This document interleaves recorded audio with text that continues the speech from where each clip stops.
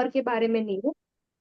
मैं अपने बच्चों से उतना ही अटैच्ड हूँ जितना कहानी में जो ये है मर्चेंट है वो अटैच्ड है। मैं भी अपनी वाइफ की ब्यूटी से जो है हमेशा ड्रिफ्ट हो जाता है, और हमेशा जो है मेरे पड़ोसी सारे राजा वगैरह जो है वो भी मुझे तंग करते हैं, रिलेटिव्स भी मुझे आके कुछ ना कुछ डिमांड रखते हैं। ये मेरी कहानी है, वो एक्सेप्ट कर लेते हैं, और साथ ही साथ वो ये भी एक्सेप्ट कर लेते हैं कि उनके सामने एक जड़ भरत है, बट दुनिया में ऐसे लाखों होंगे जो अननोटिस्डली है। जो बच्चे भी हो सकते हैं, जो बूढ़े भी हो सकते हैं, या फिर कोई यंग आदमी भी हो सकता है। ऐसे वो एडमिट करता है। एंड फिर उसके बाद वो बोलते हैं कि मतलब किंग किंग को जड़ भरत बोलते हैं कि किंग तुम जो हो वो मटेरियल प्लेजर में बहुत ज्यादा ये लेने लगे हो। तुम भी मटेरियल जो माया इल्यूजन है उसमें तुम भी बार बार ये हो जा रहे हो, अटक जा रहे हो। तो एक काम करो, तुम जो है अपना जो राज सिंहासन है वो छोड़ दो, और एक रेनाउंस्ड फॉरेस्ट लाइफ तुम जीने लग जाओ, किंगडम छोड़ दो तुम। तो फिर जो किंग राहुगन है, एक्चुअली वो बहुत ज्यादा शॉक्ड होने चाहिए थे, क्योंकि उनके ऊपर जो है अभी अभी मतलब बचपन से वो रूल करने के लिए बड़े हुए हैं, बट अब वो रूल नहीं कर सकते। अब जड़ भरत महाराज उन्हें बता रहे हैं कि तुम छोड़ दो किंगडम। पर वो जो है बहुत ज्यादा हम्बल हो जाता है, और वो कहने लगता है कि जो आपने कहा वो बहुत ज्यादा सच है। मतलब जिसके आगे मुझे याद नहीं है। I am really sorry. कोई बात नहीं, चलो, वेरी गुड, वेरी गुड। आगे कथा करते हैं। नमो विष्णुपदाय कृष्ण पृष्ठाय भूतले श्रीमते भक्ति वेदांत स्वामिनिति नामिने। नमस्ते सारस्वते देवे गौरवाणी प्रचारिणे निर्विशेष शून्यवादी पाश्चात्य देशतारिणे। ओम ज्ञानतिमिरान्धस्य ज्ञानाञ्जन शलाकया चक्षुरुन्मिलितं येन तस्मै श्रीगुरुवे नमः। श्रीचैतन्यमनोभीष्टं स्थापितं येन भूतले स्वयं रूप कदा मह्यं ददाति स्वपदान्तिकम्। हे कृष्ण करुणा सिन्धो दीनबन्धो जगत्पते गोपेश गोपिका कान्त राधा कान्त नमोऽस्तु ते। जप्तकाञ्चन गौराङ्गी राधे वृन्दावनेश्वरी विषभानुसुते देवी प्रणमामि हरिप्रिये। वाञ्छाकल्पतरुभ्यश्च कृपा सिन्धुभ्य एव च पतितानां पावनेभ्यो वैष्णवेभ्यो नमो नमः। जय श्री कृष्ण चैतन्य प्रभो नित्यानन्दा श्री अद्वैत गदाधर शिवासादि गौरभक्तवृन्दा। हरे कृष्णा कृष्णा कृष्णा हरे हरे, हरे राम राम राम हरे हरे। ओम नमो भगवते वासुदेवाय। ओम नमो भगवते वासुदेवाय। ओम नमो भगवते वासुदेवाय। नारायणं नमस्कृत्यं नरं चैव नरोत्तमं देवीं सरस्वतीं व्यासं ततो जयमुदीरयेत्। नष्टप्रायेषु भद्रेषु नित्यं भागवत सेवया भगवती उत्तम श्लोकी भक्तिर्भवति नैष्टिकी। मुखं करोति वाचालं पङ्गुं लङ्घायते गिरिं यत्कृपातम् अहं वन्दे श्रीगुरो दीनतारणम्।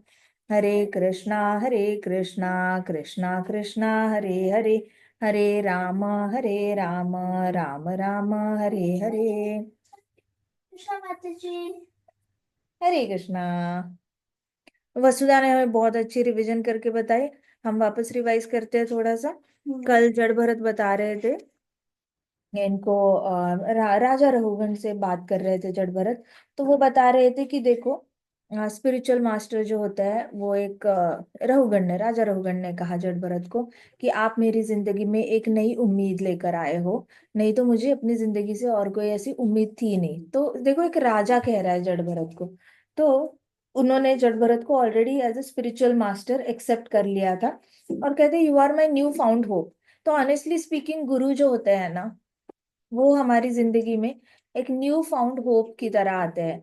मतलब क्या, इससे पहले हमने जो भी सीखा होता है ना भौतिक जगत का, जो भी कॉन्सेप्ट्स हमारे अंदर एक मिसअंडरस्टैंडिंग हो चुकी होती है, वो सारी मिसअंडरस्टैंडिंग दूर करने के लिए आते हैं गुरु। इसको कहते हैं कि गुरु आते हैं तो हृदय का अंधकार पूरा दूर हो जाता है। मतलब जिस चीजों को हम सही सोचते थे कि हाँ ये सही है, ये सही है, ये सही है, उस चीजों को गुरु बताने के लिए आते हैं कि तुम माया में हो, तुम इल्यूजन में हो, तुम गलत चीजों को सही समझ रहे हो, ऐसे करके। फिर गुरु जैसे आप एक्सेप्ट करते हो तो आपकी एक रीपेरेंटिंग हो जाती है। रीपेरेंटिंग होती है मतलब it is like you have got a father now. तो उनके जो इंस्ट्रक्शंस होते हैं वो आपको इस भौतिक जगत को पार करने में हेल्प करते हैं। हमारे जो माता पिता होते हैं वो आपको भौतिक जगत में सरवाइव करने के लिए बहुत अच्छे से कृष्णा ने भेजे होते हैं, लेकिन अगर भौतिक जगत को पार करना है तो गुरु एक पिता समान आ जाते हैं और हमें इस भौतिक जगत से पार करने का फॉर्मूला सिखा जाते हैं, कृपा भी दिखाते हैं। सो देखा जाए तो गुरु इज अ नेक्स्ट पेरेंट, आपके नए पिताजी होते हैं जिनकी आज्ञा का पालन करने की हैबिट अगर डालनी है तो अपने माता पिता से ही शुरुआत करनी पड़ती है। नाउ जड़ भरत ने कहा कि मर्चेंट इतना ज्यादा सफर कर रहा था और सफर करते करते आगे गया तो आगे देखा तो रोरिंग लायन था। रोरिंग लायन था और कल्चर वल्चर्स और क्रेन्स थे। तो रोरिंग लायन का मतलब क्या है? रोरिंग लायन का मतलब क्या है यहाँ पर? वो पता नहीं। Fear of death. हाँ जी, सही बात है। अभी वो ऑलरेडी मर्चेंट इतना सफर कर रहा है, लेकिन आगे आया तो उसको क्या दिखा? Roaring lion. रोरिंग लायन मतलब मर सकता है, मर सकता है। और अभी उसको बुरा क्यों लग रहा है मरने से? ऑलरेडी दुख में है तो मर ही जाए तो बेटर है। लेकिन उससे पहले वो किसके अक्रॉस आ जाता है? एक स्वीट से ऐसे पंछी होते हैं जो चू चू चू चू बहुत अच्छी स्वीट स्वीट आवाज में गा रहे हैं। तो वो छोटे छोटे पक्षी कौन है? छोटे छोटे बर्ड्स कौन है? Grand children. Grand children. कभी कभी अपने बच्चे भी हो सकते हैं। पहले वाले राजाओं को बहुत सारे बच्चे हो जाते थे, तो अपने भी बच्चा सबसे छोटा, जैसे भरत महाराज को सबसे छोटा जो बच्चा था वो भरत महाराज का बहुत छोटा था। वैसे तो भरत महाराज ने 1 मिलियन ईयर्स तक रूल किया है, तो सोचो उनके बच्चे तो बहुत बड़े होने चाहिए। लेकिन उनका सबसे छोटा बेटा था वो 5 साल से भी नीचे था। तो कभी कभी हो सकता है ज्यादा बच्चे हो जाते हैं आपको, तो आपका छोटा बच्चा जो है वो और ज्यादा मीठा लगने लगता है, ज्यादा अच्छा लगने लगता है। तो जो बर्ड्स की आवाज है उसको कंपेयर किया गया है बच्चों की आवाज से। तो बच्चों की किलकारियां, बच्चों का तोतलापन बहुत मीठा लगने लगता है। उसके बाद वो कहाँ चला जाता है? उसको क्रीपर दिखता है। तो क्रीपर मतलब कौन है? क्रीपर कौन है? क्रीपर, हाँ, वाइफ के आर्म्स। तो अपने वाइफ के आर्म्स में वापस चला जाता है तो उसको लगता है कि हाँ बहुत अच्छा लग रहा है, लेकिन ये अचानक से लायन जो है वो रोर कर लेता है। तो उसको डेथ का फियर आ जाता है कि हो अब मैं क्यों मर रहा हूँ। उसके बाद डेथ का फियर, जैसे लायन से डर के वो भागता है तो आगे क्या दिखता है? Cranes and vultures. तो क्रेन्स एंड वल्चर्स कौन है? फेक बाबा जी। जो लोग फेक बाबा जी है, स्वामीज और साधु है। साधु बाबा है और भोंदू बाबा है। साधु और स्वामीज होते हैं जो लूटने के लिए बैठे होते हैं, मतलब आध्यात्मिकता के नाम पे उनको पैसा कमाना होता है। कुछ लोग करते हैं ना, भागवत गीता पैसे के लिए कर लेते हैं। कभी कभी कुछ ना कुछ एक टाइम था जहाँ पे वैष्णव संप्रदाय जाता था, कीर्तन करता था तो पैसे के लिए कीर्तन करता था, नहीं तो किसी के भी मतलब घर पे अगर कुछ बुलाया हो तो they had to pay them. तो पेड कीर्तन होते थे। सो ऐसे करके इट वाज नॉट अप्रिशिएटेड कि आपने लक्ष्मी गेन करने के लिए कभी भागवतम का इस्तेमाल नहीं करना चाहिए। It was always meant to be distributed freely. लेकिन ये स्वामी और योगी होते हैं, वो लालसा दे देते हैं कि तुम्हारी उम्र बढ़ेगी, तुम्हारी इच्छाएं पूरी हो जाएंगी, तुम बस इतना मेरा ये इतने का ये अंगूठी ले लो, ऐसे करके क्रेन्स और वल्चर्स वाले जो साधु बाबा है तो ऐसे करके तोड़ तोड़ के बचा हुआ भी खा लेता है। जैसे यू आर ऑलरेडी डेड, अब डेड बॉडी का तोड़ तोड़ के खाने वाला वल्चर होता है। तो वैसे आपका जमीर तो पहले ही मर गया है इस मर्चेंट का। बुढ़ापे में भी उसने इंद्रिय तृप्ति कर ली, बुढ़ापे में भी गैम्बलिंग कर ली, ड्रिंक कर लिया, स्मोक कर लिया, क्रॉस फ्रेंडशिप कर ली और इंद्रिय तृप्ति कर ली।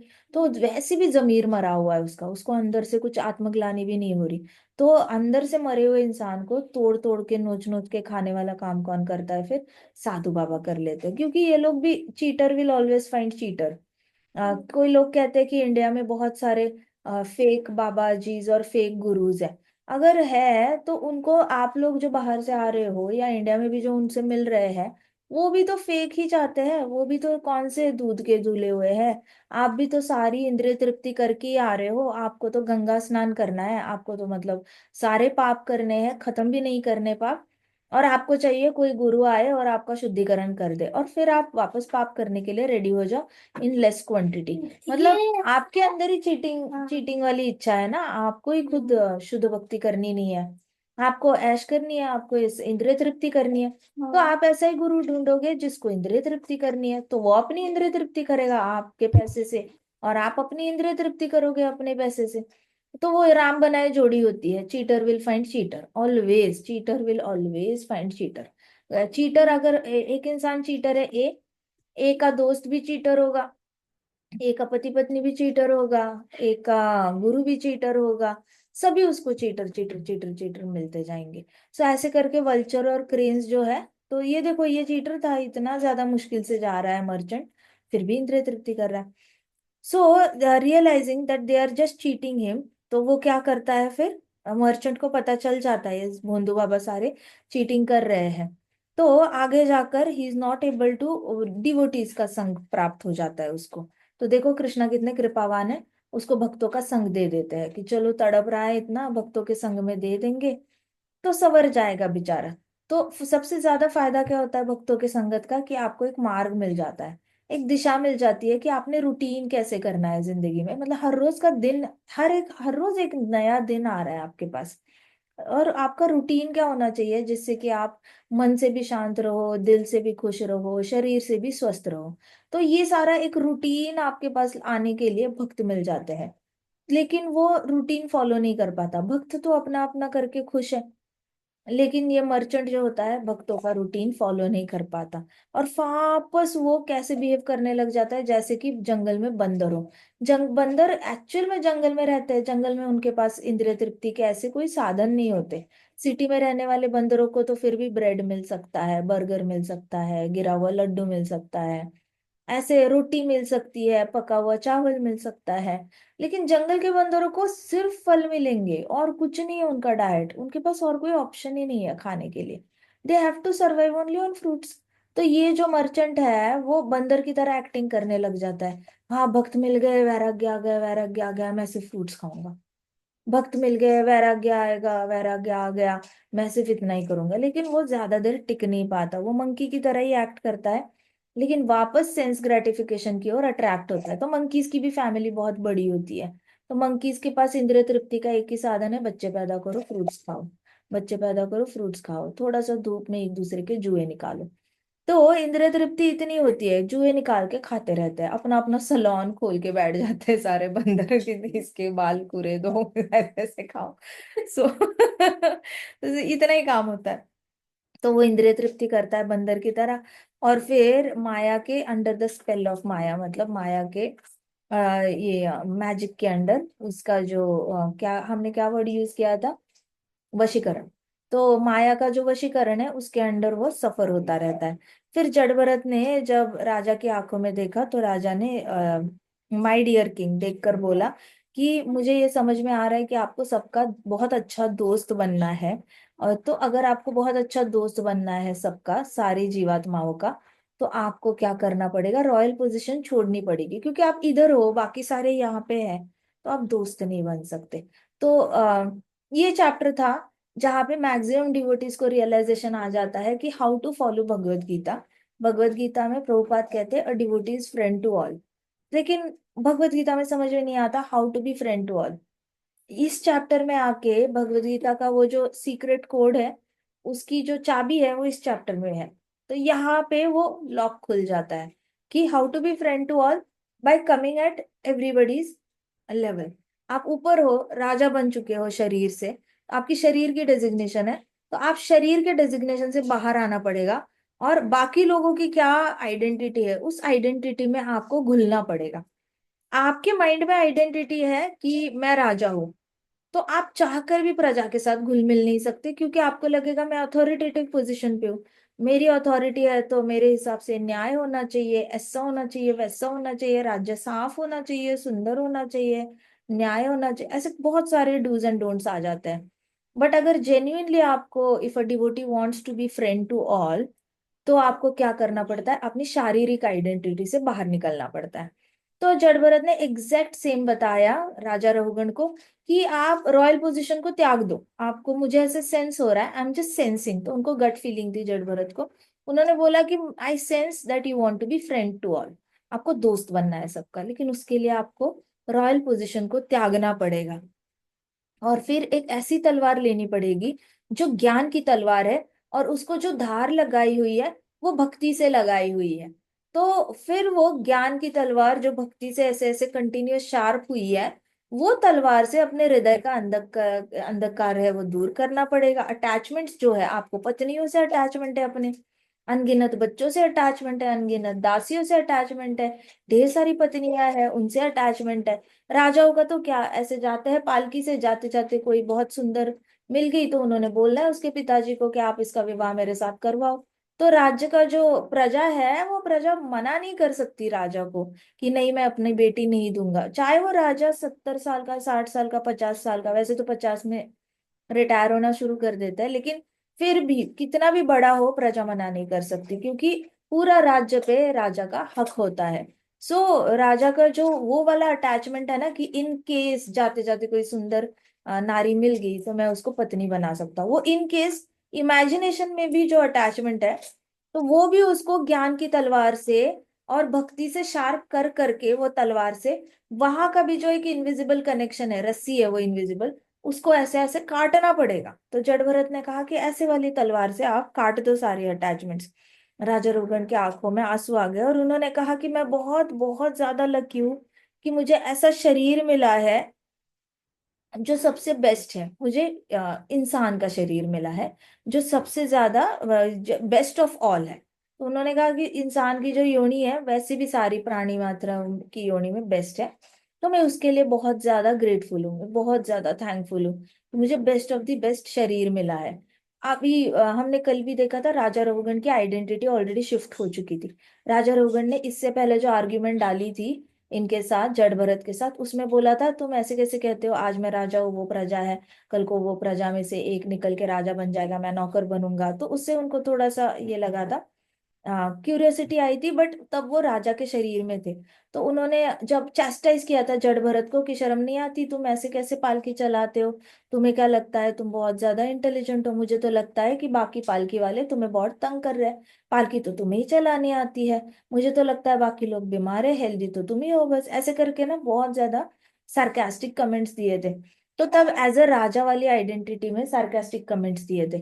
और अभी देखो आइडेंटिटी कैसे शिफ्ट हो गई, उन्होंने बोला कि मैं बहुत लकी हूँ कि मुझे बेस्ट ऑफ द बेस्ट शरीर मिला है, ह्यूमन फॉर्म मिला हुआ है। सो ये फर्क होता है डिवोटीज से कथा सुनने में।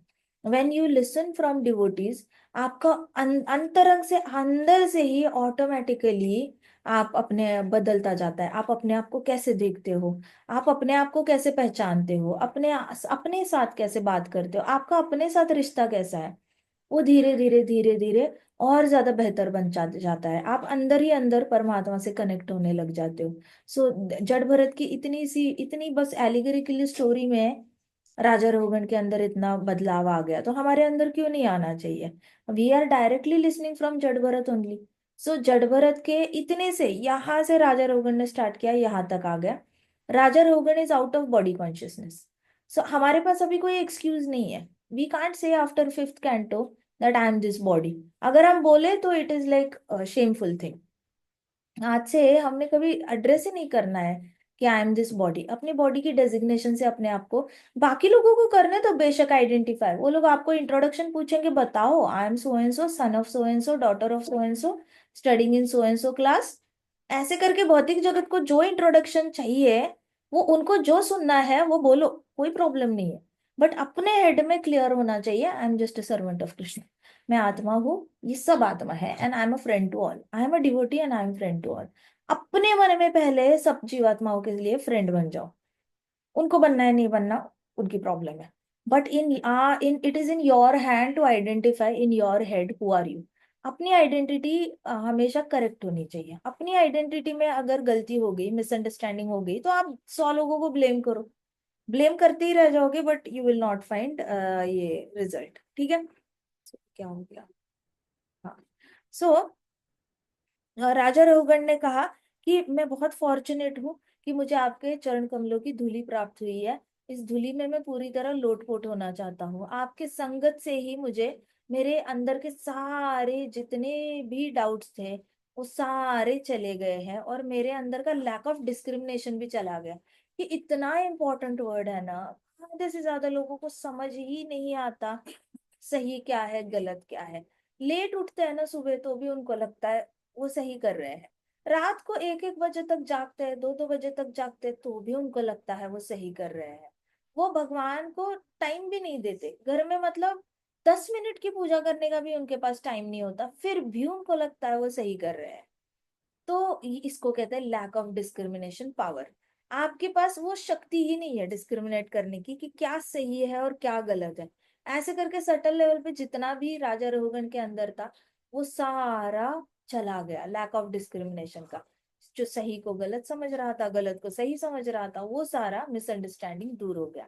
महाराज राहुगण ने अपना थ्रोट क्लियर किया और बोला, मैं आपको दंडवत प्रणाम करता हूँ। मैं सारी रॉयल फ्रेटर्निटी जो है, रॉयल डायनेस्टी जो है, मतलब जितने भी क्षत्रिय है उनकी तरफ से मैं आपको माफी मांगता हूँ। क्योंकि आपके जैसे बहुत सारे भक्त होंगे जिनकी अपमान हुए करे होंगे राजा लोगों ने। तो मैं सारे राजाओं की ओर से आपको माफी मांगता हूँ। और आपके जैसे अवधूत, अवधूत कहा, देखो अवधूत, अवधूत कौन था? लॉर्ड ऋषभ देव थे, है ना? लॉर्ड ऋषभ देव पहुंचे थे अवधूता स्टेज पर।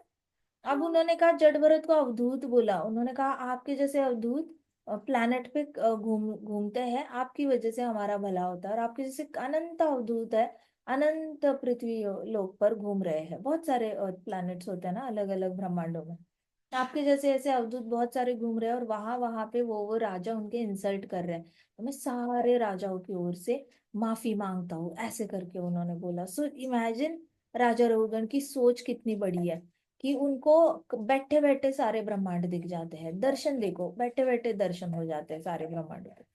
तो उन्होंने कहा कि by their mercy may all good fortune be on royal dynasties who somehow are always offending them। तो कृपा करके सारी रॉयल डायनेस्टीज पे कृपा दिखाना, क्योंकि वो गलती कर रहे हैं, वो आप जैसे अवधूत भक्तों को ऑफेंड कर रहे हैं। प्लीज हमारे अपराधों को क्षमा कर देना। ऐसे करके राजा रघुगण ने सारे राजाओं को बचाने की कोशिश की। अब श्रील सुखदेव गोस्वामी जी कहते हैं आगे, परीक्षित महाराज बहुत ही ज्यादा ईगर होकर कथा सुन रहे थे। Parikshit Maharaj, why Parikshit Maharaj is so interested?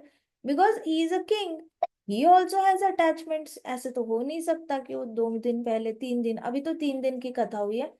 Parikshit महाराज के 3.5 दिन खत्म हुए, उनके पास 3.5 दिन और बचे हुए हैं जब उनकी डेथ हो जाएगी। तो ऑलरेडी 3.5 दिन खत्म हो चुके हैं, और फिर भी परीक्षित महाराज की आंखें ऐसे पलक झपक नहीं रही है। He is like that eagerly listening to Sukhdev Goswami ji. इतना ईगरनेस है उनके अंदर, ना भूख लगी है ना प्यास लगी है, कुछ नहीं। He just want to listen continuously.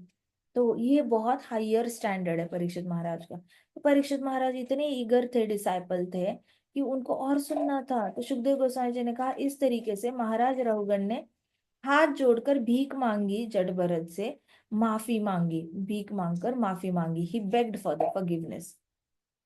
कि उन्होंने पहले इंसल्ट किया था जड़ भरत का, काफी उल्टे पुल्टे शब्द बोले थे, और जब जड़ भरत ने ज्ञान देना शुरू किया तो उसको भी काउंटर क्वेश्चन किया था।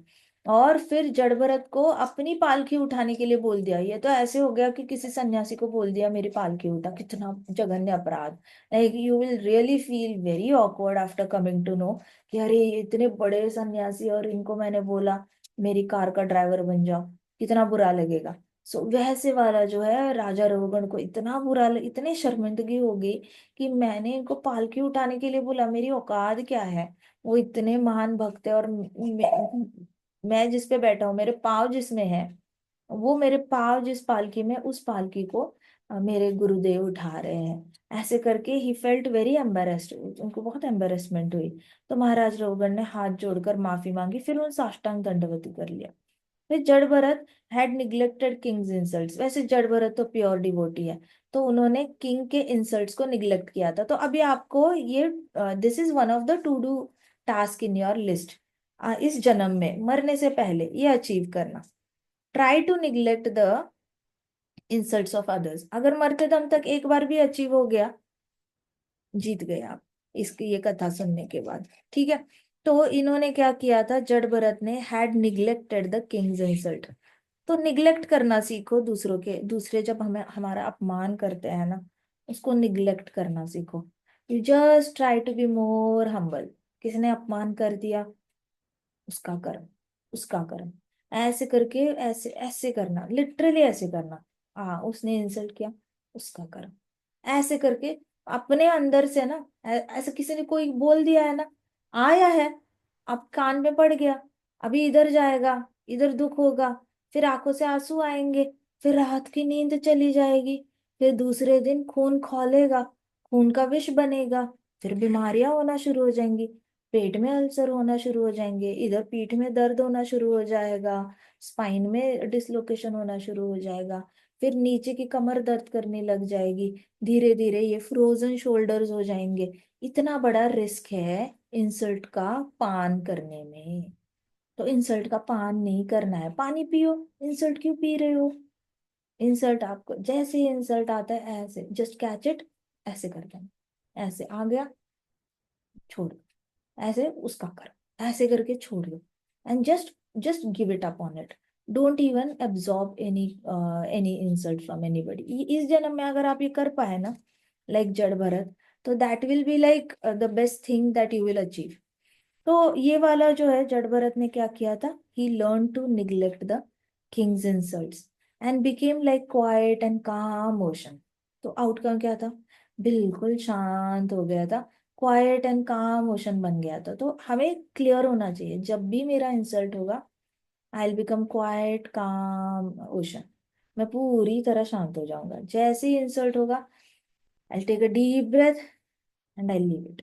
ऐसे करके मैं क्या करूंगा, उसका कर्म, उसका कर्म, ऐसे करके, उसको उसको प्रॉब्लम है, उसके अंदर फ्रस्ट्रेशन है, सारी उसकी प्रॉब्लम है, वो किसी चीज से परेशान है, अपनी परेशानी मेरे ऊपर थोप रहा है, उसका कर्म है, it has nothing to do with मी।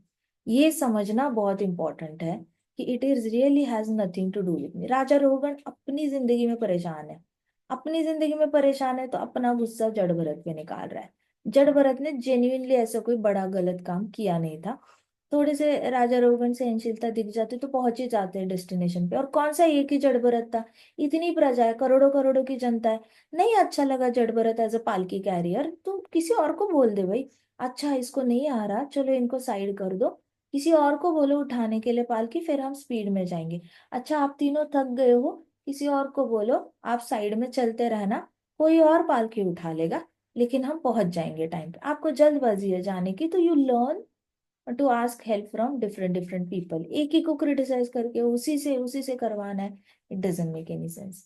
सो जैसे इंसल्ट आता है, जड़ भरत की तरह निग्लेक्ट। देखो हमने ये रिपीट, ये हमने कितनी बार डिस्कस किया। शिव जी की कथा जो थी, दक्ष और शिव जी का जो इतना ज्यादा घमासान ये हुआ था, इंसल्ट किया था दक्ष ने शिव जी का।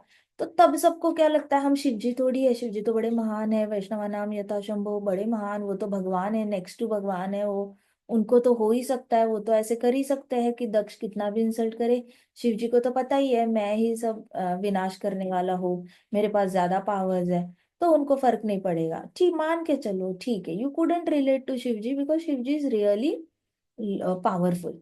राजा रघुगण से तो रिलेट कर सकते हैं, जड़ भरत से तो रिलेट कर सकते हैं, ही is a normal human being. ऐसा भी नहीं कि वो शिव जी है, वो कौन सी एक आंख खोल के आग लगा रहे हैं, इंसान ही है। But still Jad Bharat was able to neglect the insults of Raja Raghugan. तो प्योर डिवोटी हमेशा हमेशा इंसल्ट्स को निग्लेक्ट करता है, कभी भी ऑफेंड नहीं होता।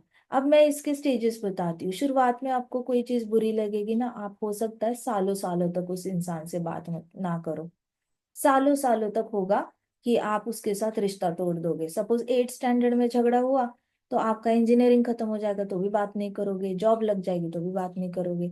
अगर इंजीनियरिंग में झगड़ा हुआ तो शादी होने के बाद, बच्चे होने के बाद भी बात नहीं करोगे। तो ये शुरुआत की एक स्टेज आएगी, बट आपके दिमाग में चल रहा है a devotee's friend to all, a devotee's friend to all. तो आपको लगेगा कि नहीं नहीं, ये सही नहीं है, जो मैं कर रहा हूँ वो सही नहीं है, but I don't know how to fix it, I don't know मैं करूँ क्या, मैं भागवतम कैसे फॉलो करूँ। तो चलो पीछे का जो हुआ छोड़ दो, नेक्स्ट टाइम इंसल्ट्स तो आते रहेंगे, ढेर सारे पड़े हैं भौतिक जगत में। भौतिक जगत इज फुल ऑफ इंसल्ट्स, इसकी कोई कमी नहीं है। नेक्स्ट टाइम जब कोई इंसल्ट करेगा ना, बाउंस बैक करना 1 महीने में।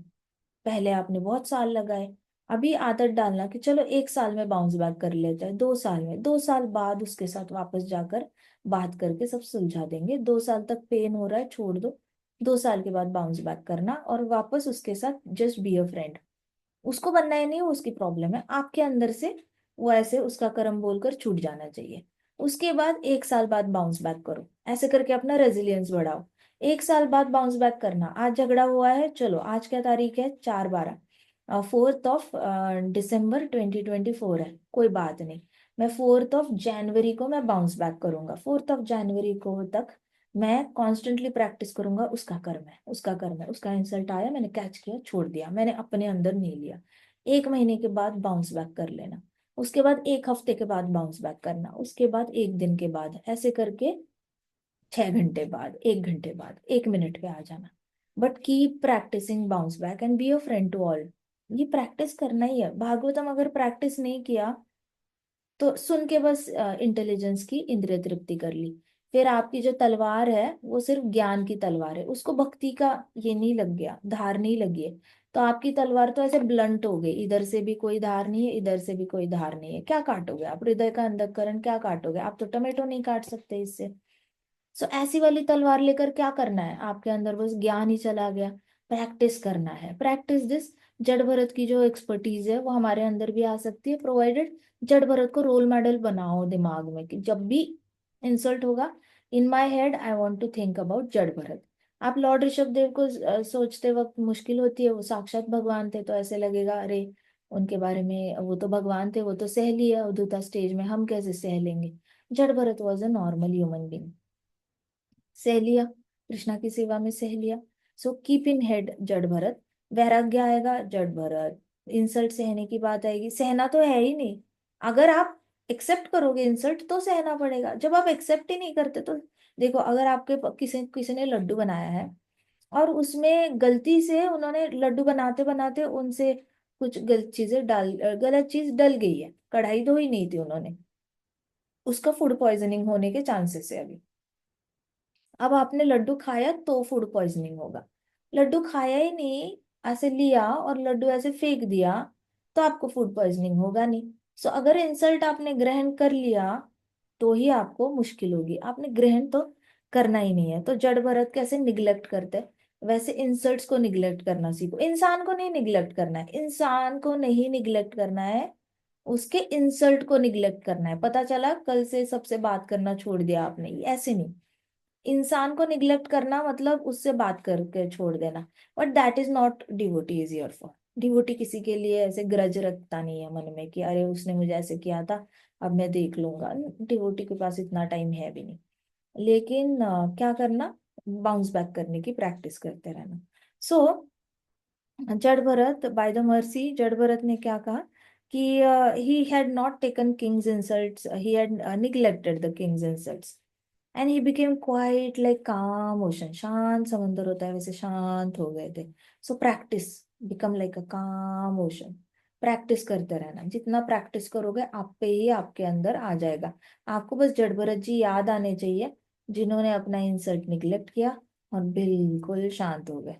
He was not expecting only any respect. Now, being a kind-hearted Vaishnava, a great Paramhamsa, and hearing the king's pitiful and humble plea, Jadbharat forgave Maharaj Rahugana and instructed him about constitutional nature of soul. तो जो परमहंस भक्त थे जड़ भरत, उन्होंने राजा रहुगण की आत्मग्लानि सुनी। मतलब जो सॉरी सॉरी बोल रहे थे राजा रहुगण, माफ कर दो मुझसे, ये हुआ वो हुआ, तो उनकी जो आत्मग्लानि वाली माफी सुनी उन्होंने, तो उन्होंने अपने मन से उनको माफ कर दिया। और फिर क्या किया उन्होंने, कॉन्स्टिट्यूशनल नेचर मतलब आत्मा का स्वरूप का स्वभाव के बारे में ज्ञान बताना शुरू किया। फिर he then began to wonder the earth as before. फिर वापस पृथ्वी पे ऐसे वॉक करने लग गए जैसे कुछ सुनाई नहीं देता, कुछ दिखाई नहीं देता, कुछ बोलना नहीं आता, ऐसे करना शुरू किया उन्होंने। He again started acting dumb deaf and dull. वापस he was back to what he was. So जब आप बड़ी बड़ी पार्टीज में जाते हो या फिर आपके किसी ऐसी जगह पे जाते हो जहाँ पे बहुत सारी फालतू गपशप चल रही है, अपने अंदर जड़ भरत लाना, and just act like you really don't understand anything. कोई बोलेगा वाह ये कितना अच्छा है, वो कितना अच्छा है, अगर आपको जेन्युइनली नहीं पता ना, जस्ट बी जड़ भरत। आपको अंदर से आपको कुछ बुरा नहीं लगेगा। You can act like Jad Bharat whenever you want. Jad Bharat is really acting deaf dull and dumb whenever he wants. जब बोलना है बोल रहे हैं, जब नहीं बोलना तब एक्टिंग कर रहे हैं। हमें किसने रोका है जड़ भरत को कॉपी करने से? Do that. It can stop us from really doing prajalpa. प्रजल्पा करने से हम कभी भी बच सकते हैं। So, by the mercy of Jad Bharat, the surrendered king realized his constitutional position. जड भरत की कृपा की वजह से अपने आप ही राजा को अपना अस्तित्व समझ में आ गया, और उन्होंने अपने आप को बॉडी समझना छोड़ दिया। बॉडी समझना छोड़ दिया तो my dear king Parikshit, anyone who takes shelter of servant of the lord becomes glorified because he can easily give up bodily identification। तो जो भी भगवान के दास का शरण लेता है, वो जल्दी से ही उसको बहुत ज्यादा उसके बारे में ग्लोरिफिकेशन होती है, मतलब उसका नाम बहुत बढ़ता है। हर जगह उसको फेम बहुत मिलती है, उसकी बहुत ज्यादा स्तुति होती है। क्यों स्तुति होती है? क्योंकि वो अपनी बॉडी, अपने आप को बॉडी समझना बंद कर देता है। जैसे ही आप अपने आप को बॉडी समझना बंद कर देते हो, तो पूरी दुनिया आपको बहुत ज्यादा ग्लोरीफाई करने लग जाती है। तो यहाँ पे सुखदेव गोस्वामी जी ने कहा, देखो राजा रघुगण इंस्टेंटली कितने फेमस हो गए। भागवतम के एक चैप्टर में क्या है, दो चैप्टर में he is eternally in Bhagavatam. Eternally मतलब 72 महायुग भी आकर चले गए ना, तो भी राजा रघुगण का नाम लिया जाएगा कि उन्होंने जड़ भरत से इंस्ट्रक्शंस लिए थे। Now that is the magic, कि आप कृष्ण के दास के शरण लेते हो, तो आप कंटिन्यूअस, आपको ब्रह्मांड में हर जगह ग्लोरिफिकेशन मिलती रहती है। तो अब एक महाराज थे, वो वृंदावन आए थे। वो बता रहे थे कि ये जितने भी लोग कथा सुन रहे हैं, ये गोलोक में आएंगे तो गोलोक वाले बोलेंगे हम आपके बारे में इतना सुन रहे हैं, इतना सुन रहे हैं, इतने सालों से आपके बारे में सब कुछ सुना है। फिर आप जर्नी करके जा रहे होंगे स्वर्ग लोक वासी आएंगे आपका दर्शन करने के लिए, आपके बारे में हमने बहुत सुना है कि उन्होंने बताया आपने रथ यात्रा में रथ खींचा था। हमने ये भी सुना है आपने रथ यात्रा में प्रसादम डिस्ट्रीब्यूशन किया था। हमने ये भी सुना है आप मंदिर में डीटी वर्शिप करते थे, आप तुलसी के पौधे की केयर करते थे, ये सुना था। ऐसे करके आपकी एक भी एक्टिविटी जो होती है, कृष्णा कॉन्शियस एक्टिविटी जो होती है, वो निग्लेक्ट नहीं होती। उससे सबको सब पता होता है ब्रह्मांड में। हमें ऐसा लगता है किसी को पता नहीं है, पर देवी देवता कांस्टेंट वॉच, उनको तो बहुत मजा आता है वॉच रखने में, कौन से वक्त क्या कर रहे हैं क्या नहीं कर रहे, फिर जाके पीछे बातें भी करते हैं, बताते भी है ऐसे कर रहे हैं वो वैसे कर रहे हैं, पृथ्वी लोक पे ये चल रहा है वो चल रहा है। ऐसे करके इनका जो खबरी होते हैं ना, वो खबरी सारी खबर ब्रह्मा जी तक पहुंचाते रहते हैं। ब्रह्मा जी भी बोलते हैं कि अच्छा इस बार पृथ्वी का रिपोर्ट कौन देगा, चलो आ जाओ पृथ्वी पे क्या चल रहा है। ऐसे करके ये सारे डेमिगॉड्स ब्रह्मा जी को, अपने पापा को रिपोर्ट देते हैं। तो वो महाराज बता रहे थे कि आप जा रहे हो तो जाते जाते, मतलब वैकुंठ लोग जाते जाते, जब आपका ये विमान जा रहा होता है ना, सारे डेमिगॉड्स वैष्णवों को दंडवत करने के लिए आ जाते हैं। और फिर कहते हैं आपसे मिलकर बड़ा अच्छा लगा, हमने सुना आपने ये किया, हमने सुना आपने कृष्णा को फल ऑफर किया था, आपने हमेशा, आपने उनको छोड़कर कभी नहीं खाया, हमने सोच सुना है आप उनको हमेशा सुलाते थे, और बहुत अच्छे से आपने उनका केयर किया था, डीटीज का नए नए वस्त्र पहनाए थे, आप अपना काम भी बहुत अच्छे से करते। ऐसे करके ग्लोरिफिकेशन ही ग्लोरिफिकेशन होती है। तो जो भी दास के, कृष्ण के दास का शरण ले लेता है, उसका हर जगह बोलबाला होता है। सो कुड यू प्लीज, फिर उन्होंने कहा कि महाराज परीक्षित स्माइल, फिर महाराज परीक्षित ने स्माइल किया और उन्होंने कहा my dear lord, you know everything.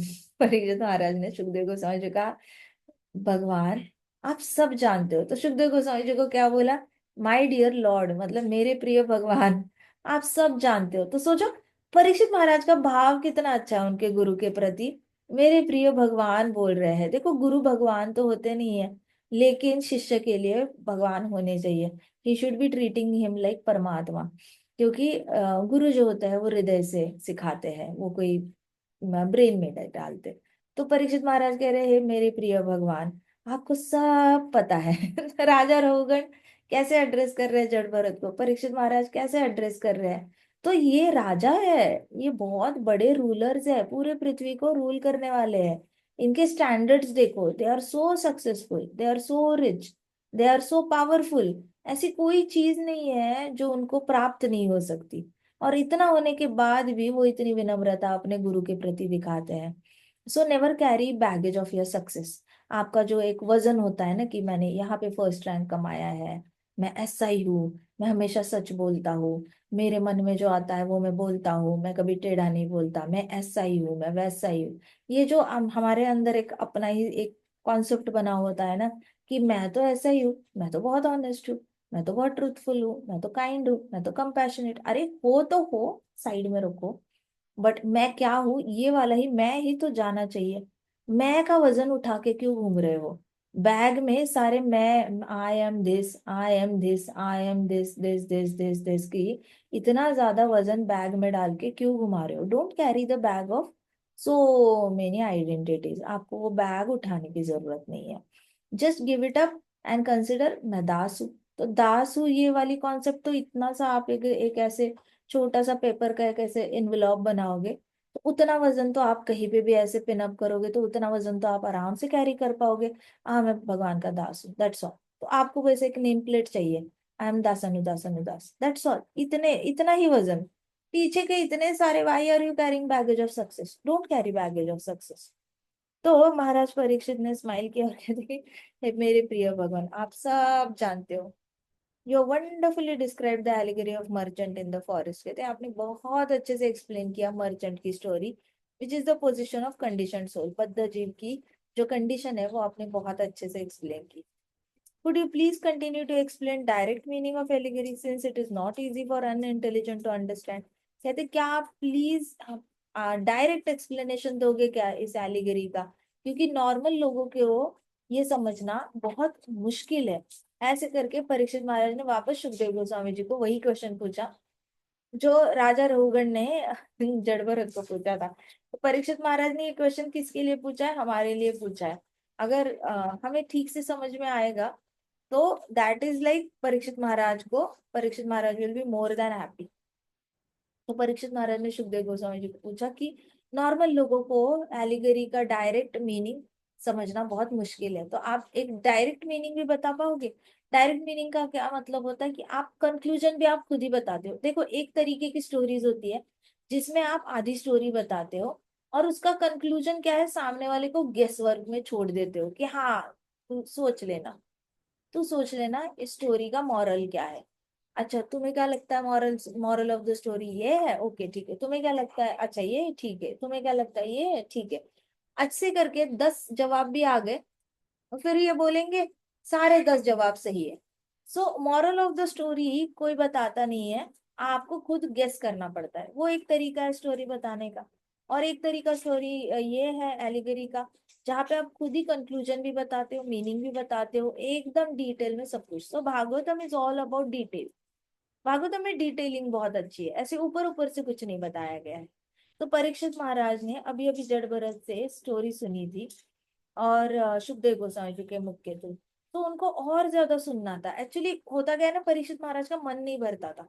उनको चाहिए कि मुझे इस राजा के बारे में और पता चले, मुझे इस राजा के बारे में और पता चले। और देखा जाए तो देखो पूरे भागवतम में the first recipient of Bhagavatam is Parikshit Maharaj. तो अभी परीक्षित महाराज सुन रहे हैं तो वो कौन है? वो राजा है। राजा को बताया जा रहा है तो राजा सबसे ज्यादा क्वेश्चंस किसके रिगार्डिंग पूछेगा? राजा के बारे में पूछेगा। तो ऐसे करके परीक्षित महाराज चाहते ही नहीं थे कि ये कथा खत्म हो। तो उन्होंने कहा थोड़ा और डिटेल में बताओ, थोड़ा और डिटेल में बताओ। तो hoping that powerful allegory would benefit anyone who hears it. अब उनको लगा कि ये तो भागवतम आगे जाकर लाखों लाखों करोड़ों करोड़ों लोग सुनेंगे, उनके मन में कोई डाउट ना रह जाए कि एग्जैक्टली इसका मीनिंग क्या है, इसलिए उन्होंने और सवाल पूछा। As we have heard before, a merchant desiring money enters the forest to get cheap items like wood and earth. तो पहले ही डिस्कस किया है कि मर्चेंट को पैसे चाहिए, और वो पैसे कैसे कमाएगा? कोई ना कोई चीज बेच कर ही कमाएगा। अब लोगों को क्या होता है ना, कहीं से 5 रुपए की चीज लेकर 10 रुपए में बेचना, उसके लिए पहले 5 रुपए कमाने पड़ेंगे।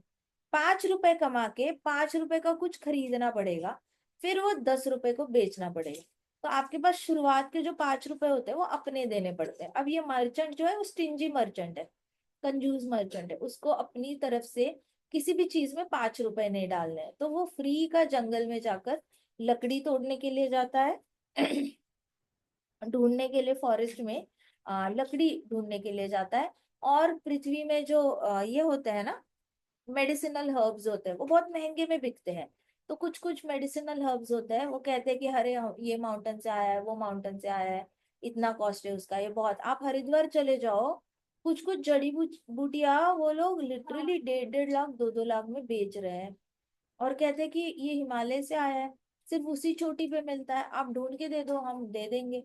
और फिर वो लोग उसको उबाल के दे भी देते हैं ना किसी को, तो आपका सारा पेट का अल्सर 3 दिन में ठीक हो जाएगा। आपको कहीं पे कैंसर की गुठलियां होगी तो वो कैंसर की गुठलियां चली जाती है।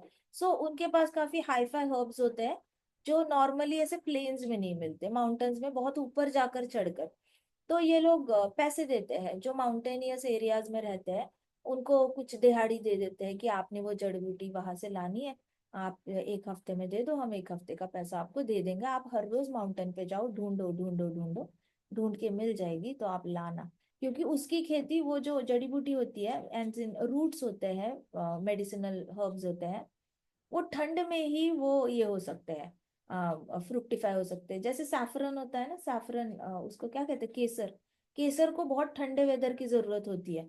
तो वैसे ही कुछ कुछ जड़ी बूटियों के लिए ठंडे वेदर की बहुत जरूरत होती है।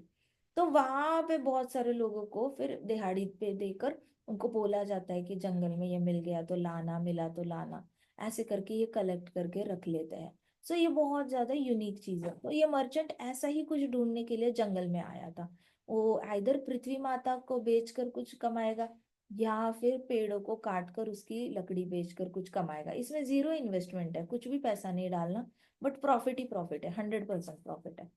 तो merchant desiring for money, money की इच्छा से फॉरेस्ट में आया था, और वो सोच रहा था कि बहुत बड़े दाम में सिटी में जाके फॉरेस्ट में जो भी मिला है मैं वो बेचूंगा। हम, मुझे याद है हम हिमाचल में पोस्टेड थे, तो डलहौजी में थे हम तब, और वहां पे ना ड्राइड फ्लावर्स, कॉर्न फ्लावर्स मिलते थे, वो ड्राई हो जाते थे ठंड में बहुत ज्यादा। तो वो कॉर्न फ्लावर्स ऐसे जो मतलब ये नहीं, कॉर्नफ्लावर एक फ्लावर होता है, तो वो कड़क हो जाता है विंटर्स में, और कड़क होने के बाद उसका जो ये ऐसे गिर पड़ते हैं। कभी कभी गिरते भी नहीं, बहुत लंबा पेड़ होता है, चढ़ चढ़ के ऊपर से जाकर वो निकालने पड़ते हैं। और फिर ये लोग क्या करते हैं, उस फ्लावर्स का जो इतनी बड़ी लंबी डंडी होती है, ऊपर ऐसे कड़क कड़क फ्लावर होता है, and the surprising thing is वो टूटने के लिए उसको प्रॉपर किसी चीज से ऐसे मार कर तोड़ना पड़ता है, वो अपने आप गलते नहीं है। वो फ्लावर ऐसे होते हैं कि उसके पेटल्स गलते ही नहीं है, वो वही के वही ऐसे ठंड में जम जाते हैं। और गर्मियां आ गई तो भी डेड फ्लावर ऐसे हो जाता है जैसे ह्यूमन बॉडी डेड हो जाती है ना, तो हमारी सारी हड्डियां ऐसे कड़क कड़क हो जाती है, वैसे वो फ्लावर ठंड में डेड हो जाता है और वो कड़क हो जाता है, फ्रीज हो जाता है वो। तो वो वाला फ्लावर के ऊपर वो लोग ग्लिटर लगाएंगे, ऐसे स्प्रे करेंगे, ब्रश का स्प्रे पेंटिंग करेंगे, ग्लिटर लगाएंगे, और उसका एक ऐसे बुके बना के फिर वो ऐसे बेचते थे। और वो बहुत ज्यादा महंगे में बुकेज बिकते थे, क्योंकि वो फ्लावर्स ही जंगल में मिलते हैं वहां के, और जंगल में ऐसे नीचे नहीं मिलते पड़े हुए, आपको चढ़ना पड़ता है। जैसे नारियल का पेड़ है, चढ़कर नारियल निकालना पड़ता है, वैसे चढ़कर ऊपर से वो फ्लावर्स निकालने पड़ते हैं। है तो बड़े सारे क्वांटिटी में, लेकिन फिर उसको बहुत अच्छे से वो लोग करके ना, फिर लकड़ी का ऐसे वास बनाएंगे बाम्बू का, और उसमें डालकर ऐसे बेचते हैं। सो पृथ्वी माता के पास सब कुछ है, जिसको लक्ष्मी चाहिए वो आप पानी में डाइव कर लो, पानी में डाइव करोगे तो आपको शेल्स मिल जाएंगे, शेल्स के अंदर मोती मिल जाएंगे, मोती बेचो, बैठे बैठे ओवरनाइट आप रिच बन सकते हो। लेकिन भक्तों का ऐसा कोई ये नहीं होता, लक्ष्य नहीं होता, इसलिए भक्त ऐसी चीजों में ध्यान नहीं देते। लेकिन जिसको व्यापारी होते हैं उनको तो पता होता है कि बहुत आसान है, पृथ्वी माता ने सब दे के रखा है, भगवान ने सब दे के रखा है, बस कहाँ पे जाना है, कहाँ से उठाना है और बेचना है, इतना ही तो करना है। सो ये जो मर्चेंट था, वो सारे चीप आइटम्स लेना चाहता था फॉरेस्ट से, और महंगे में सिटी में बेचना चाहता था। So the greedy condition soul enters the material world. तो ये ग्रीड है ना, थोड़ी लालच है इसमें। तो ये लालची जो बद्ध जीव होता है, आत्मा होती है, वो मटेरियल वर्ल्ड में एंटर कर जाती है मटेरियल प्रॉफिट के लिए। उसको कुछ ना कुछ फायदा चाहिए होता है मटेरियल वर्ल्ड से। सुखदेव गोस्वामी जी बता रहे हैं अभी, ठीक है, डायरेक्टली वो स्टोरी का मीनिंग। इससे पहले तो स्टोरी का मीनिंग जड़ भरत ने राहुगण को बताया है। अभी इसी स्टोरी का मीनिंग सुखदेव गोस्वामी जी परीक्षित महाराज को बताएंगे। तो बहुत इंटरेस्टिंग हो जाता है the way Sukhdev Goswami ji interprets and the way Jada Bharat interprets. बहुत ही आसान तरीके से, और मिठास और ज्यादा बढ़ जाती है जब सुखदेव गोस्वामी जी समझाते हैं। वो राधा रानी का तोता है, राधा रानी के तोता वैसे भी बहुत मीठे से बात करता है। तो सुखदेव गोस्वामी जी ने कहा कि जो लालची आत्मा होती है ना, वो मटेरियल वर्ल्ड में प्रॉफिट के लिए ही एंटर करती है, उसको सिर्फ प्रॉफिट चाहिए होता है। He becomes conditioned by material atmosphere created by lord's external energy. अब वो क्या हो जाता है, उसको एक हैबिट ही पड़ जाती है कि माया ने कोई एक ऐसा एनवायरनमेंट बन चुका होता है। तो माया जो एनवायरनमेंट बनाती है उसमें जिंदा रहने के अलग अलग तरीके वो ढूंढ लेता है। और जैसे ही वो अलग अलग तरीके ढूंढ लेता है तो उसके आत्मा का वो एक कल्चर बन जाता है कि हाँ, जीना तो ऐसे ही है, सोचना तो यही है, जिंदगी ऐसी जीते हैं, और कोई तरीका है ही नहीं। तो वो अपने आप को ऐसे हैबिट्स में जा, तो इसको कहते हैं कंडीशनिंग। कंडीशनिंग मतलब आपको बचपन में कोई चीज बताई होती है, आप उसी को पकड़ के चलते हो, आपको उसके बाहर कुछ सोचना ही नहीं होता कि कुछ और भी हो सकता है। तो वैसे बद्ध जीव जो होता है प्रॉफिट के लिए एंटर करता है, फिर माया ने जो जाल बिछाया है अट्रैक्शंस का, इच्छाओं का, उसमें फंस के वो पूरी तरह ये बन जाता है, क्या कहते हैं उसको, कंडीशनड बन जाता है, which is under lord's control. Thus the soul is bewildered in this forest, फिर वो फॉरेस्ट में गुम हो जाता है। पूरी तरह फॉरेस्ट में गुम होने के बाद वो सोचता है कि मैं यहाँ से बाहर कैसे निकलूं। So which is the under the lord's, thus the soul is bewildered. अब उसको तो डिवोटीज मिलने पड़ेंगे ना, नहीं तो कैसे निकलेगा मटेरियल वर्ल्ड से बाहर। तो सुखदेव गोस्वामी जी कहते हैं कि he becomes conditioned by material atmosphere which is under the lord's control. The soul is bewildered in this forest without the association of lord's devotees. भक्त नहीं मिल रहा है तो वो क्या कर रहा है, पूरा गुम हो चुका है। हम भी अगर फॉरेस्ट जाएंगे, अंधेरा अंधेरा होगा, और हमें अगर कोई मिला ही नहीं बताने वाला कि सुनो इस रास्ते से सीधे चले जाओ, मेन रोड आ जाएगा, अगर कोई मिला ही नहीं तो हम तो कहीं पे भी भागने लग जाएंगे, और हमें बहुत टाइम लगेगा बाहर आने के लिए। सो एक आर्मी ऑफिसर थे, वो अपनी पूरी बटालियन लेकर चाइना बॉर्डर पे गए थे। तो वहां पे क्या हुआ, वहां से वो जा रहे थे, वो ऐसे पहाड़ था, अब उस पहाड़ का आज तक किसी ने रूट नहीं बनाया था, उस रूट से कोई जाता ही नहीं था उस पहाड़ पे, लेकिन वो पहाड़ चढ़ के जाना था आर्मी को, पूरी बटालियन को। अब वो ऐसे चढ़ के जा रहे थे जा रहे थे जा रहे थे, अचानक से ढेर सारे हाथी आ गए, ढेर सारे हाथी आ गए। तो ये जो पलटन थी, आधे इधर भागे आधे इधर भागे, एक डायरेक्शन में भागते तो सारे हाथी उनके पीछे भागते।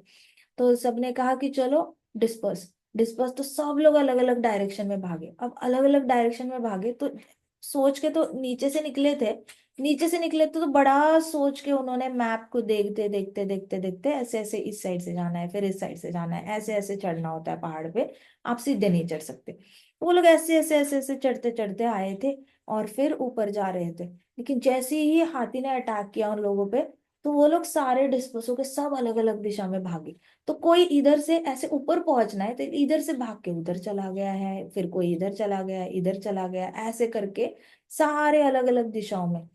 फिर सबको इंस्ट्रक्शंस थी कि अगर गुम हो गए तो we will again meet back to the base camp, ऐसे इंस्ट्रक्शंस। तो सब लोगों को 1 महीना लगा, लोग मतलब रूट ढूंढते ढूंढते परेशान हो गए कि वापस जाने का रूट कहाँ है, बेस कैंप कहाँ है, बेस कैंप कहाँ है, कोई डायरेक्शन ही पता नहीं। और प्लस वो जंगल बड़ा घना घना, मतलब सूरज की रोशनी आए तो मानो, रोशनी ही नहीं आ रही है, पहाड़ पे हो आप, ऊपर से रोशनी नीचे तक नहीं पहुंच रही है, इतना ज्यादा घना जंगल है। इतने सारे हाथियों ने बचे, किसी को डेथ नहीं हुई, लेकिन फिर भी दे टुक 1 मंथ कि पूरी हेड काउंट करेक्ट आने के लिए 1 महीना लगा। सो दैट इज हाउ, अगर हम जंगल में गए तो हम भी फंस जाएंगे। वैसे जो हमारी बद्ध जीव होता है ना, वो इस मटेरियल वर्ल्ड में आता है, और मटेरियल वर्ल्ड में इतना मिसअंडरस्टैंड कर बैठता है, उसकी सोच इतनी मेस्टअप हो जाती है कि उसको बचपन से अगर एक स्पेसिफिक घर में जन्मा है, तो उस घर में जो भी होता है, जो भी खाना होता है, उसको लगता है कि यही सही खाना है, ऐसे ही जिंदगी जीते हैं, यही खाना होता है, ऐसे ही कपड़े पहनने होते हैं, ऐसे ही रहना होता है। उसके अंदर डिस्क्रिमिनेशन पावर नहीं आती कि हमारे घर में जो हो रहा है वो शायद गलत भी हो सकता है, वो उस पर डाउट ही नहीं होता उसको। कि हमारे घर में कुछ गलत हो सकता है, उसको लगता है ये ऐसे ही जीना होता है। उसकी सोच भी पूरी तरह अपने घर वालों की तरह बन जाती है। तो वो कंडीशन बद्ध हो जाता है, वो उसके बाहर सोच ही नहीं पाता, क्योंकि उसको पता ही नहीं है। कोई रेफरेंस पॉइंट होगा तो सोचेगा ना। रेफरेंस पॉइंट ही नहीं है कि मुझे राहुगण की तरह सोचना है, मुझे जड़ भरत की तरह सोचना है, मुझे भीष्म पितामह की तरह सोचना है, मुझे लॉर्ड कपिला की तरह सोचना है, देवहूति की तरह सोचना है, मुझे कर्दमोहिनी की तरह सोचना है। रेफरेंस पॉइंट नहीं है, इसलिए वो आसपास के लोगों को देखकर, उनकी सोच देखकर सारी सोच अब्सॉर्ब करता रहता है और कंडीशन बद्ध बन जाता है। बद्ध मतलब बिल्कुल ही बंध जाता है। तो यहाँ पे सुखदेव गोस्वामी जी कह रहे हैं कि ये जो है, ये पूरी तरह माया में बिविल्डर हो जाता है, मतलब कंफ्यूज हो जाता है, और भक्तों का संग नहीं होता तो वो और भी ज्यादा परेशान हो जाता है। कि भक्तों का संग मिलेगा तो भक्त बता देंगे, अरे इधर मिले हो, एक काम करो हमारा हाथ पकड़ो, हम जा रहे हैं मेन रोड पे, चलो। ऐसे करके तो आपका टाइम और एनर्जी सेव हो जाती है बहुत ज्यादा। आपको, you don't need to beat around the bush की ये करके देखेगा, ऐसे ऐसे निकलूं क्या जंगल से बाहर, वैसे निकलूं क्या जंगल से बाहर। Over thinking. और ट्राई नहीं करना पड़ता और फेल नहीं होना पड़ता बार बार। मतलब बार बार ऐसे नहीं कि ये ट्राई करके देखा कुछ नहीं चला, वो ट्राई करके देखा कुछ नहीं चला, नहीं। भक्त जो बताते हैं वो 100% सारी मेथड चलती ही चलती है, क्योंकि वो आती ही भागवतम से। Bhagavatam is Krishna himself. भागवतम की एक भी मेथड ट्रायल एंड एरर वाली नहीं है, it is just trial and success वाली है। Try and become successful, try and become successful, ऐसे तो है ही नहीं भागवतम कि try and fail, then you again try something else and fail, error. Trial and error नहीं है भागवतम में। If you try you are bound to be successful. ये ट्राई से जो ग्राफ है वो सक्सेस तक ही जाता है। तो जहां कृष्ण है वहां पे विक्ट्री है। तो सोल जो होता है उसको डिवोटीज के बिना डायरेक्शन नहीं मिलती, और फॉरेस्ट में बस बाहर निकलने की खोज करता रहता है। इस चक्कर में उसको बहुत तकलीफ होती है, उसको अलग अलग बॉडीज मिलती है, अलग अलग बॉडीज दिखती है, तो उसको लगता है ये बॉडी कितनी लकी है, मुझे मिल जाए तो कितना अच्छा होगा। सो जैसे बिल्ली को लगेगा डॉग डॉग बॉडी होती तो बेटर होता, मुझे डॉग से डरना पड़ता है।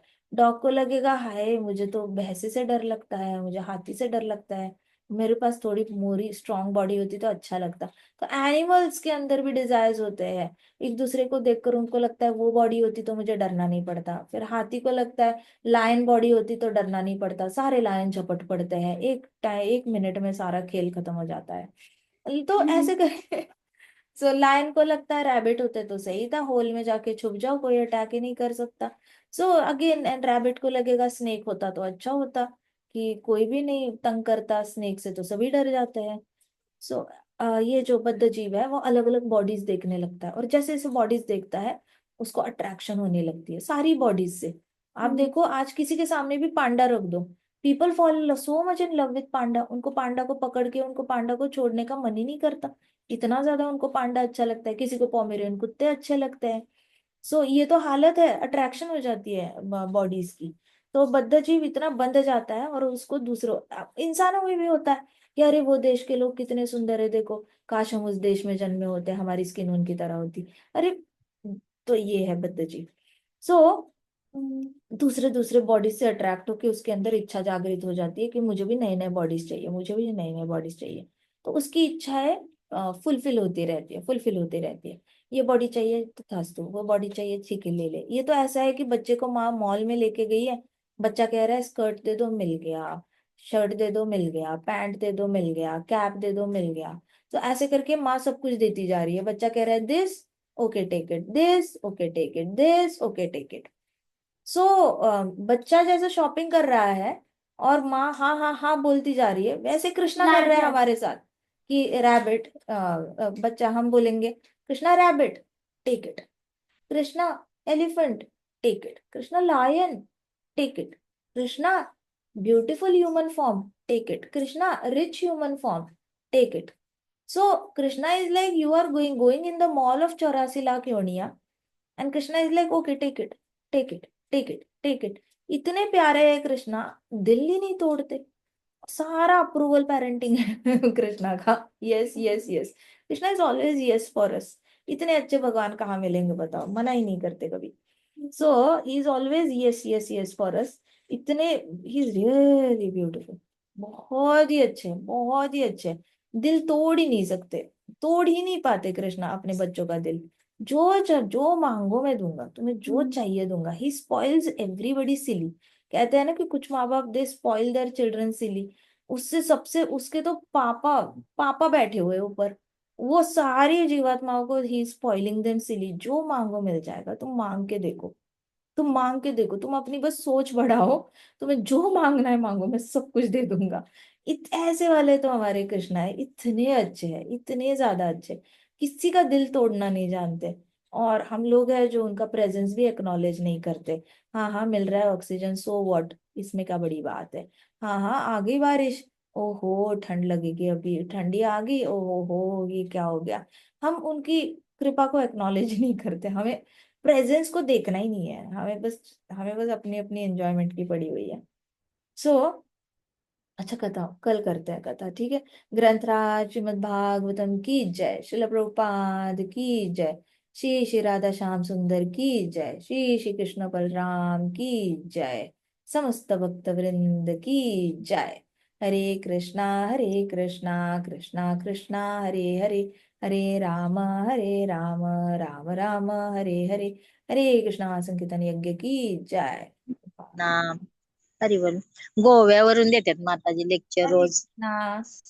हरे कृष्ण माताजी, दंडवत प्रणाम. प्रणाम.